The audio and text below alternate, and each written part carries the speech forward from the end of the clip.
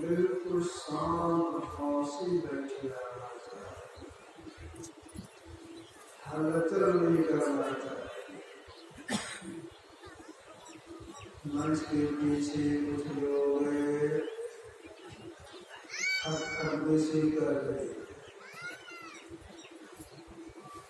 उनसे निवेदन है कि खटखट करना बंद करें। काम करना है तो ऐसा इस तरह काम करें, आवाज नहीं।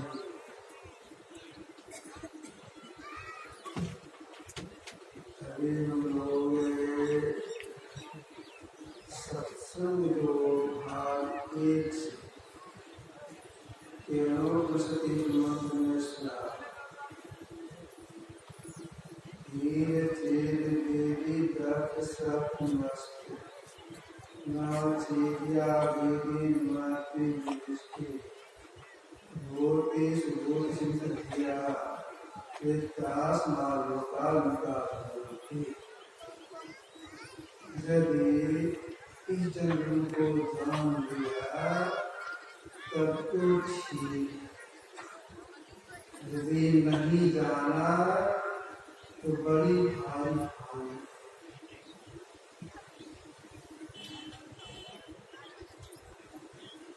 तो से मैंने निवेदन किया जो जानस की मतलब वो बताए थे, जानने से मतलब है केवल बुद्धि के द्वारा जानना। ऐसा कीजिए, जो कोई बुद्धि के द्वारा परमात्मा स्वरूप को जान ली, ठीक ही जान ली, बड़ी भारी हानि से बच जाती है। बड़ी भारी हानि क्या है? दूसरी बात उसमें चला जाना। इसलिए हम लोगों को ईश्वर स्वरूप के संबंध में जानकारी देनी हो, शांत भाव से प्रयास करना चाहिए।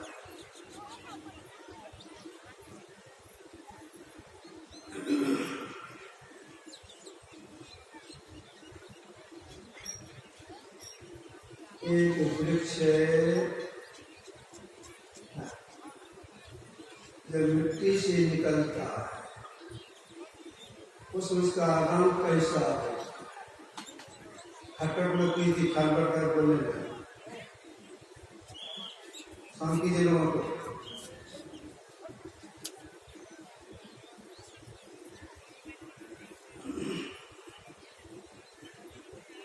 मिट्टी से पौधा निकलता है, उसका रंग उस समय पीला रहता है।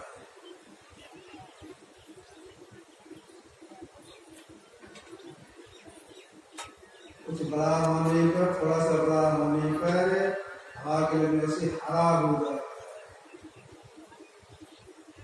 और बड़ा होता है, फूल होता है, फल होता है। कुछ दिनों के बाद पतझड़ होता है, डाल सूखता है, फूल सूख जाता है, नाश हो जाता है।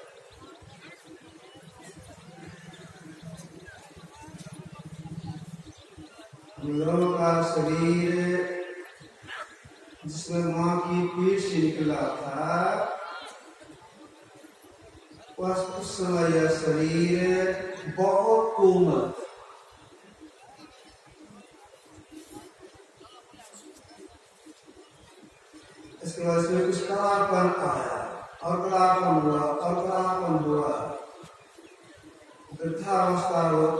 होते जरूरी पड़ जाता है, इसका नाश हो जाता है। अब देखिए, जो पौधा धरती से निकला, पीला रंग का हुआ, हरा हुआ, फूला फूला झड़ गया, सूख गया, माँ की पीठ से निकला, परिवर्तन होते गया, नदी पंगवाई शक्ति का नाश हो गया। यह बढ़ना और नाश होना किसकी शक्ति से, कैसे होता है? हम लोग शरीर जो बढ़ा कैसे बढ़ा, किस शक्ति से बढ़ा?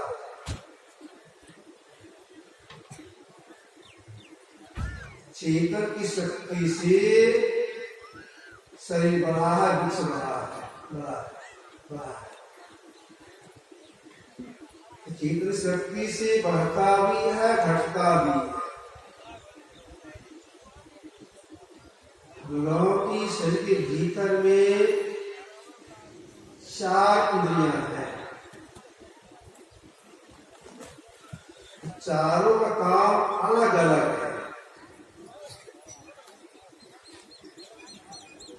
4 इंद्रियां कौन कौन, काम अलग अलग कौन कौन?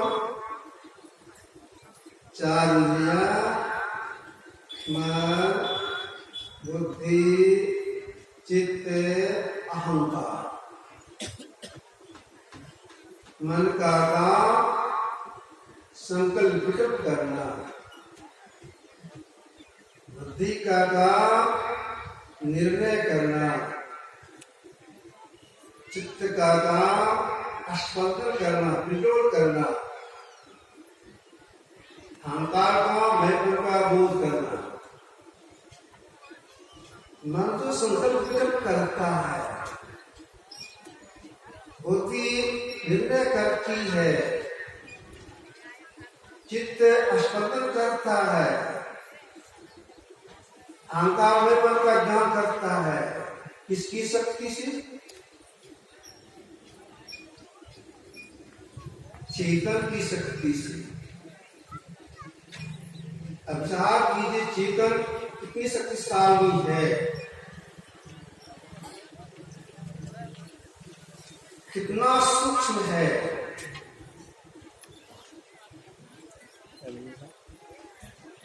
इस चेतन को भी चेतना प्रदान करने वाला, इस चेतन में व्यापक रखने वाला परमात्मा। अर्थात वो परमात्मा कितना बारीक, कितनी शक्तिशाली है।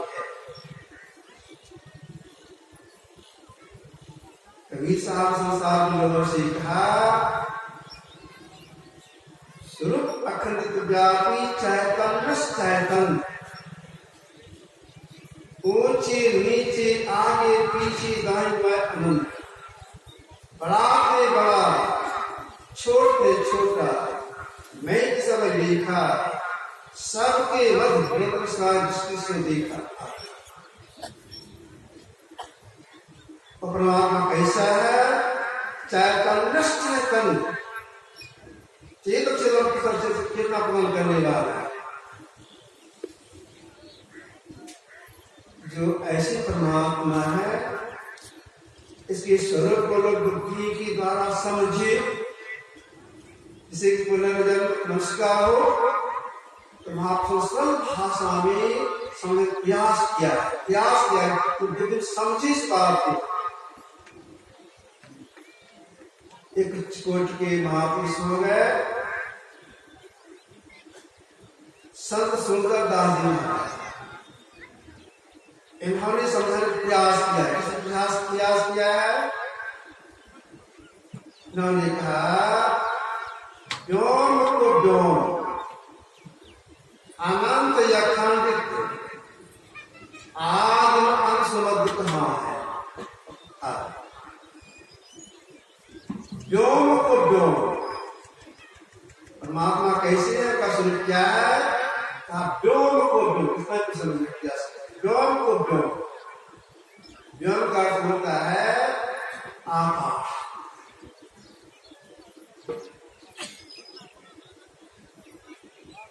अगर आपसे कोई पूछे आकाश कितने हैं, आप कहें सारे भाव कह देंगे कितने होंगे? एक आकाश है जिसमें हम लोग हैं, इसमें सूर्य है, चंद्रमा का जी प्रकाश में एक आकाश है। वैसी बात नहीं है। पंजाबी स्कूल के महापुरुष हो गए गुरु नानक साहब, इन्होंने संसार के लोगों से कहा लख लख आकाश, लख लख पाताल, लाख लाख आकाश। ऐसी को पिछारी महाराज ने सरल भाषा में कहा नव सतकोट अमित अवकाश, परमात्मा की नव सतकोट स्व आकाश। अब देखिए महापुरुष क्या कहते हैं, स्व आकाश स्व अरब आकाश ऐसी बेसी आकाश सकल बुद्धि में समझाना है, जब समझ जाएंगे तो मनुष्य मिलेगा। तो क्या किए महापुरुष क्या करके सभी आकाशों को 5 भाग तो घुसाने के लिए ऐसा किया गया है, 5 भाग करके। अब 5 का नाम रख दिए। क्या क्या नाम रख दिए? आकाश, पराकाश, महाकाश, शुद्ध आकाश, परमाकाश, 5 आकाश।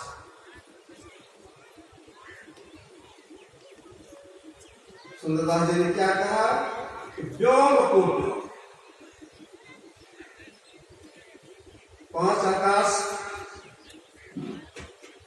साहित्य शब्द में है, आकाश, पराकाश, महाकाश। अगर इसको सरल भाषा में समझना चाहें तो किससे समझ सकती है?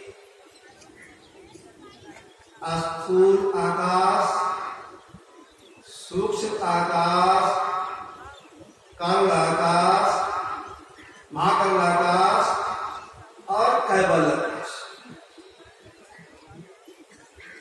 स्थूल आकाश में जिस आकाश में हम लोग हैं उसका सुकाश बोलते हैं। इसी स्थूल आकाश में इतनी बड़ी पृथ्वी है, सूर्य है, चंद्रमा, तारे सब इसी आकाश में है।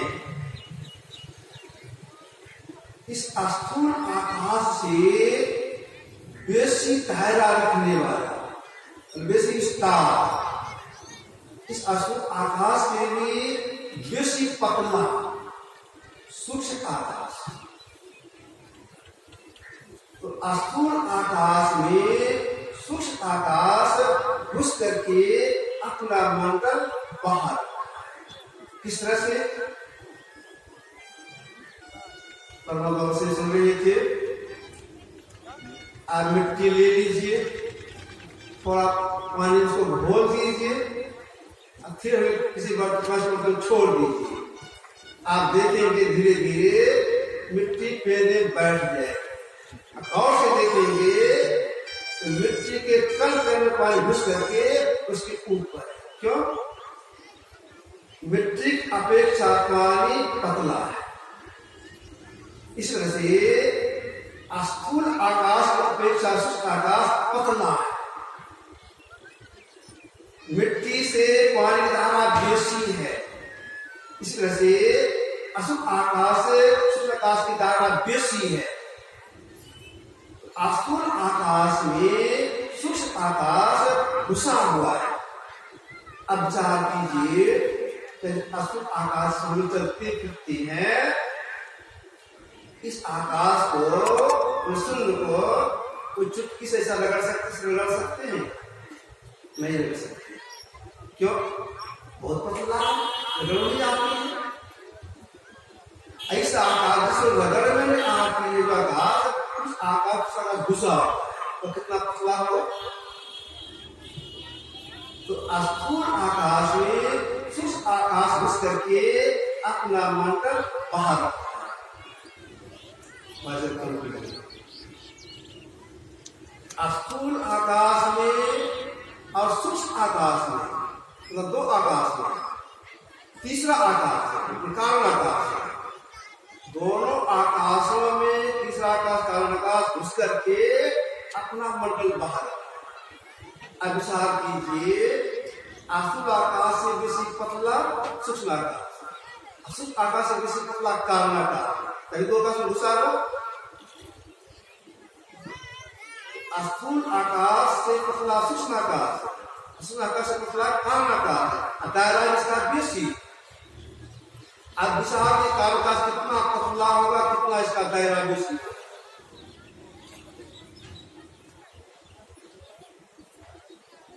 कारण के बाद है महाकाल। तो महाकाल आकाश स्थूल आकाश में, सूक्ष्म आकाश में और कारण आकाश में, तो तीन आकाश में चौथा आकाश महाकाल आकाश घुसा हुआ है, उसके बाहर है। अब विचार दिमाग कीजिए तो आकाश कितना बड़ा होगा, कितना सूक्ष्म होगा। इसके बाद है कैवल आकाश, पांचवा आकाश। तो कैवल आकाश स्थूल आकाश में, सूक्ष्म आकाश में, कारण आकाश में और महाकाल आकाश में, चार आकाशों में घुस करके अपना मंडल बाहर, वो आकाश कितना बड़ा। ये जितने भी आकाश हैं, पांच आकाश, ये आकाश जो है इसको दूसरे गांव में ले सकते हैं, जड़ प्रकृति और जड़ प्रकृति, महाकारिमंडल तक जड़ प्रकृति, चेतन प्रकृति, ये दोनों शांत हैं, सीमा वाले हैं। गुरुदेव साधु संत बन गए, हर में लिखी है, पढ़ेंगे। चेतन और जड़ के सब शांत और अनस्थिर है, सारे शांतों के बाद अवस्थित है और एक ही एक है। स्थूल शांत, सूक्ष्म शांत, सीमा वाला आकाश, कारण शांत, आकाश शांत और कैवल शांत, इसका आकाश। सारे शांतों के पार में अनंत अवस्थित है। अनंत एक एक, दो नहीं, चार नहीं, पांच नहीं, एक एक। अगर दो अनंत माना जाएगा, दोनों से सीमा हो जाएगा, सीमा वाला हो जाएगा। ये जो एक अनंत है, ये अखंडित है, खंड नहीं होता है। और ये जो अखंडित है, एक शक्ति है, अनुमानित द्वारा को कह नहीं सकती, एक शक्ति है, वर्णन नहीं कर सकती है। भगवान इनके गुरु पश्चिमनी, ये दोनों बैठे हुए थे, आखिर चर्चा हो रही थी। इसी बात के सिलसिले में भगवान श्री राम ने निवेदन किए अपने गुरु से, पश्चिमनी से, गुरुदेव कहा जाए धर्म का स्वरूप क्या है। जैसे निवेदन की प्रश्न क्या है, उसके पहले प्रश्न कुछ बोल रहे थे, बिल्कुल साइलेंट हो, बिल्कुल चुप हो रहा है, कुछ नहीं बोलने लगे। भगवान आप सोचते हैं गंभीर प्रश्न क्या है, धर्म का स्वरूप क्या है, सोच के उत्तर देंगे। एक चुपचाप प्रतीक्षा में बैठे, भगवान थोड़ी देर के बाद तो बस कुछ नहीं बोल रही है, तो बस फिर निवेदन करते हैं, भगवान गुरुदेव कहा जाए धर्म का स्वरूप क्या है। बस कुछ नहीं, भगवान चुपचाप बैठे, उसके बाद फिर निवेदन करते हैं, गुरुदेव कहा जाए धर्म का स्वरूप क्या है। कुछ नहीं, तब हमारा कोई मन हो सकता है कहीं हमसे बस कोई बात हो, इसीलिए नाम सुन करके कुछ नहीं बोल रहे। तो हाथ जोड़ के गिड़गिड़ाते गुरुदेव क्या आपसे कुछ गलती हो गई, कहा जाए धर्म का स्वरूप क्या है। तब सुना खोलते बोलते हैं, हे राम जब से आपने पूछना प्रारंभ किया, ग्रंथ शुरू किया है, तब से मैं उत्तर देना शुरू किया। अगर तक कुछ बोले ही नहीं, उत्तर कहाँ मिला? ये रहा, इसका उत्तर ही चुप। परमात्मा वाणी का विषय नहीं, जो वाणी का विषय नहीं है वे एक ही एक है। इसी को कवि साहब ने कहा, जाका नाम अकहुआ भाई का कारण नहीं है। अकहुआ कोई कर सकते हैं। जैसा हम लोग बोलते ब्रह्म ऐसे है, ईश्वर ऐसे है, ईश्वर ऐसे है, कह रहे हैं जो नहीं है। मान के उसको परमात्मा है नहीं। समझाने ख्याल से कहते सुनकर जो बचता तो लाभ होता है, फिर दरअसल ऐसा परमात्मा नहीं है। सरल बात देख लीजिए, हम लोग रोज नमक खाते, अब कोई आपसे पूछे नमक कैसा लगता है, कहेंगे खारा। खारा कैसा होता है, कह सकते हैं? नहीं कह सकते। कहेंगे खारा लगता है। खारा कैसा? नहीं कह सकते। ठीक से परमात्मा कैसे है उनका स्वरूप क्या है, अनुभव नहीं कर सकते।